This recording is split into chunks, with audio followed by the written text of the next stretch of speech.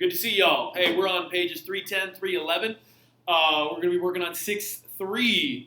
We are going to learn our third transformation. Let's turn things. You want to turn things? I'd rather rotate them. Let's turn them. Okay.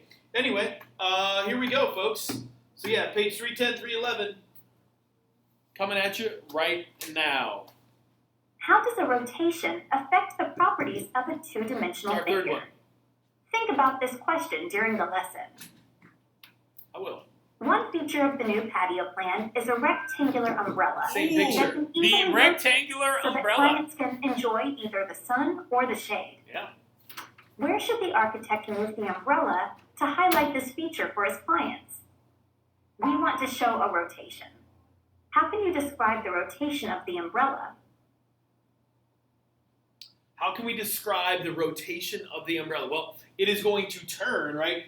So here's the umbrella here, man. Maybe you haven't figured that out. Umbrella's right here. It's going to turn, right? So we can turn it really any number of degrees that we would like to. How many degrees are in a full circle, I wonder? I don't know. Hopefully you know the answer to that. If not, we're going to talk about it here in a bit. Let's carry on, though. A rotation is a transformation that turns a figure around a fixed point, called the center of rotation. Yep. The angle of rotation is the number of degrees the figure rotates. Aha. A positive angle of rotation turns the figure counterclockwise. Okay, that is the biggest thing you have to remember. And it seems really weird to us, a positive angle. So if they say, hey, rotate this figure 100 degrees, they're talking about rotating it counterclockwise. Does everybody know which way counterclockwise is? Yeah, it's this way, okay? This way is counterclockwise, right? Clockwise, this way, that would be a negative number. We won't see too many of those, though, okay?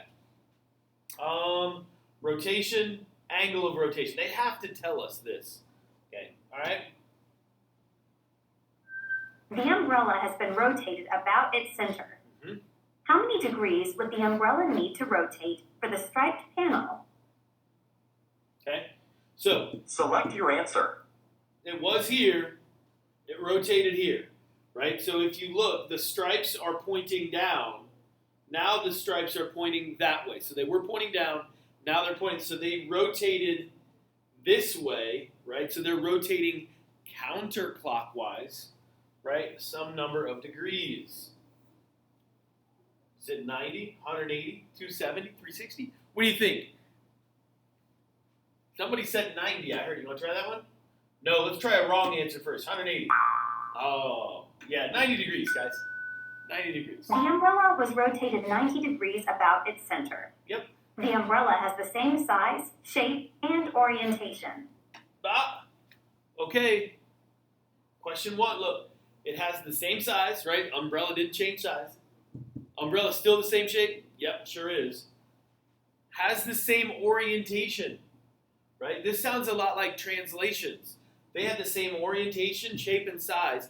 The only thing that changed for them was what? Maybe they'll tell us. Now you know how a rotation affects the properties of a two-dimensional figure. Well, those are three of them. They didn't give me the fourth one, right? Guys, the fourth one is position or location. Does that change? It does, right? It does. So those three, size, shape, orientation, all stay the same. The one that changes is its location. All right? Here we go. Our turn to do something. The architect continues to rotate that umbrella in a counterclockwise fashion. Okay? Counterclockwise direction until it's in its original position. There you go. What is the angle of rotation? So they've already turned it 90 degrees, right? If I wanted to keep turning it until it got back to where it was, how many degrees would that be? We got to do a little bit of math here, folks. How many degrees are there in an entire circle? That's right, somebody said it. There are 360. Okay? Now, how many degrees have we already turned? 90. Okay? If we subtract those two numbers, right, this is how many degrees I need to continue to rotate until I'm back to where I started. Okay? Remember, these are positive numbers, positive, so that means we're rotating counterclockwise. They ask us about negative, a negative 45-degree rotation. Well, that would just be clockwise. Okay? All right, so that example, guys, kind of goofy because it's not on a coordinate plane as everything we do is. Luckily, we're going to get some coordinate plane stuff here. All right, yes, here we go. What are the coordinates of the image of trapezoid ABCD after a 90-degree rotation about the origin? Here we go. All right. Rotations are probably the toughest one because, do they give me them up here? Yes, they do. Okay. Here are my rules, and these are going to be plastered all over the book. They're at the top of the key concepts page. Here are your rules for how we rotate things. Right? We're just rotating a point. Just like when we reflected, we reflect each vertice, and then we connect the dots. Okay? Here we're going to reflect all four of these, rotate all four of these vertices, right? Once that's done, then we're going to connect the dots and we'll have our new trapezoid. But here are our rules that help me do that. These will become more familiar the more and more we use them, right? In the meantime, they're going to talk about doing some weird line. We ain't ever going to do that. We're going to use our rules. Okay? I'll show you. Should we show them how the rules work now, Mr. Noel? Absolutely. Okay. I mean, So guys, point A right here. Point A is at 2, 3. Okay? So point A is, nope, I don't want A prime just yet, is at 2, 3. Okay? Now we are rotating 90 degrees. So if we're gonna use a rule, we gotta find the right one to use. Okay? We're gonna use our 90-degree rule. And that one says, hey, take your ordered pair, X and Y, and you're going to flip the order. So Y is going to be the first coordinate, X, whatever number's there, is going to be the second one, and then take the opposite of your Y. Okay, so in other words, that looks like this. We literally flip the order, 3, 2, and then we make this its opposite. So we make it negative 3, 2. That's, guys, where I think the point A prime is. Where's A prime? It's right here. Check it out. Negative 3, 2. Okay? So that's how our rules work. You will become very proficient at them the more and more and more we use them. Okay? So don't think it's too hard. It's going to be just fine. Do we get to do something here? We do. Ooh, yeah. All right, here we go. They've given us a whole bunch of coordinates for this quadrilateral. Quadrilateral HIJK. All right? And then they've given me them. If we rotate it 270 degrees about the origin, what are the vertices of the resulting image? Okay, so we need to use our 270-degree rule, right? Which says... look at the table. It's right up there. The table. Oh, the well, table's I'm gone. saying in their book. Oh, yeah, in their book. In their book. So it turns to this, right? X and Y still change spots, and then X turns to its opposite, okay? So here's how this works. So here's point H, right? It is at 1, 4, okay? Do the old switcheroo. Yeah, do the switcheroo. So if we're going to find out where H prime is, okay? These two change spots. So now it's 4, comma, negative 1. Oh, 4, comma, 1. Sorry, I got ahead of myself. And then we take the opposite, which is negative 1. All right, so there's H. I is at 3, 2. So I is at 3, 2. Do the old switcheroo. Mr. Noel wants to do the switcheroo. Okay. So again, they switch spots. So now it's 2, comma, 3. And again, the second one's got to be negative, or the opposite of it.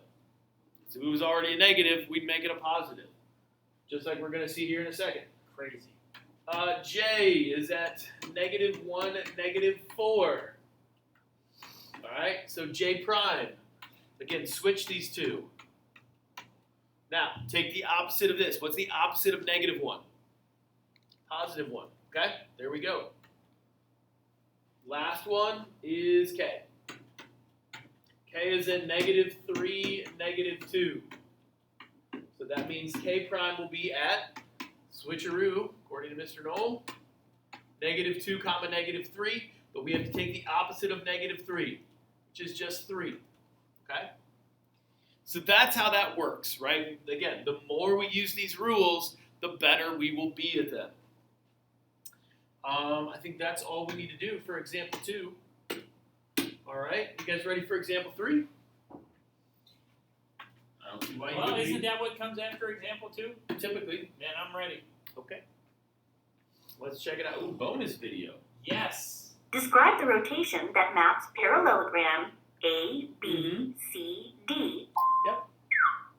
to parallelogram A prime, B prime, C prime, D prime. Okay.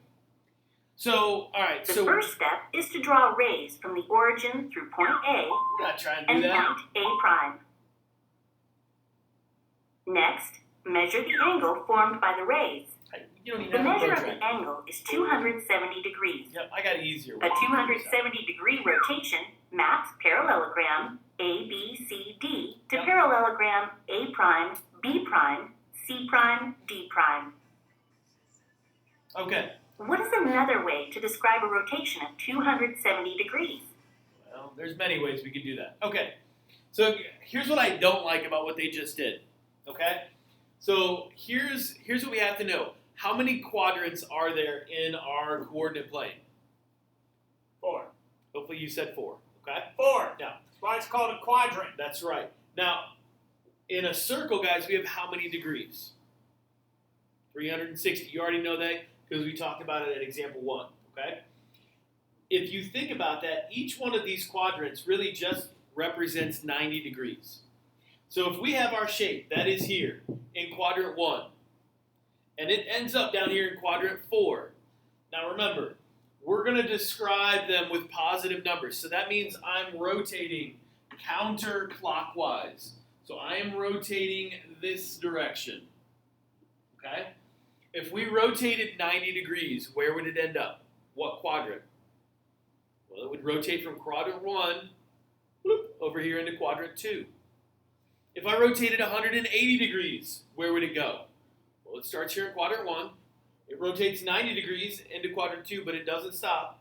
It rotates another 90 degrees, which is 180. And it stops down here in quadrant 3. But it ended up over here in quadrant 4. Well, the only one move I can make that happen is if I rotate through 3 quadrants and I end up down here in quadrant 4. And so, yes, that would be a rotation of 270 degrees. Mr. Knoll would also say, well, you could also rotate 90 degrees this way, clockwise, but that would be a negative number. So that would be -90. That's too much. Let's just stick with positive numbers. Let's stick with the positives. Okay? Now, is there a way for me to figure that, for me to check this to make sure it is 270 degrees? Couldn't I look at my 270 degree rule and see if that works out here? So remember, our 270 degree rule says you take that ordered pair and X and Y trade spots and the X turns to its opposite. So I'm just going to pick, this point right here, C, okay? So C is at, what is this? Ooh, we're counting by 2s. 2, 4, 6. It's at 6, 6. Okay? So if we apply the rule correctly, look, now this is a bad example because we flip and then we turn to its opposite. We should be at 6, -6 for C prime. C prime, okay? So C prime down here, and this is at 6, -6. We did do this right, okay? So that's how we can check it. Okay, I think it's our turn to do something here. Let's take a look. All right, describe the rotation. This is a sneaky one. Because look, first off, which one is the pre-image and which one is the image? Pre-image, image, right? Image has the prime marks. There we go. So we're going to go from red to blue. Well, we're kind of in 2 quadrants here, and it ends up in 2, so that kind of makes sense. All right. So we start here, and we are rotating counterclockwise, and we end up over here. Okay? And look, this is going to be okay for us. So these two dots start in quadrant number 3, and they end up in quadrant number 1. Well, how many quadrants did they have to go through? Well, they went through 2. If every quadrant is worth 90 degrees, and we went through 2 of them, guys, 2 times 90, I'm thinking this is a 180 degree rotation. Okay? If you'd like to, we could use our 180 degree rule to check it, or you can just take my word for it. You want to take my word for it? Of course you do. Okay? Yeah. Yeah. Or, I mean, look, let's be honest. Here's our 180 degree rule. I'm a sucker for these rules, guys. I love them. Negative x, negative y, right? So our x and y's, guys, they stay the same. They just change to their opposites. 180 degree rotations are probably the simplest of all 3 of them. Okay? So if I take point G, this is at -1, -2. Okay? So it's at -1, -2. If we apply our rule, our numbers stay in the same order. They just change to their opposites. So the opposite of -1 is 1. The opposite of -2 is 2. So at 1, 2, aha, there we go, G prime, okay? All right, guys, so there you go. So there's our 3 examples. We're going to hop into key concepts here. Stick around. I'll be doing that here in just a second later.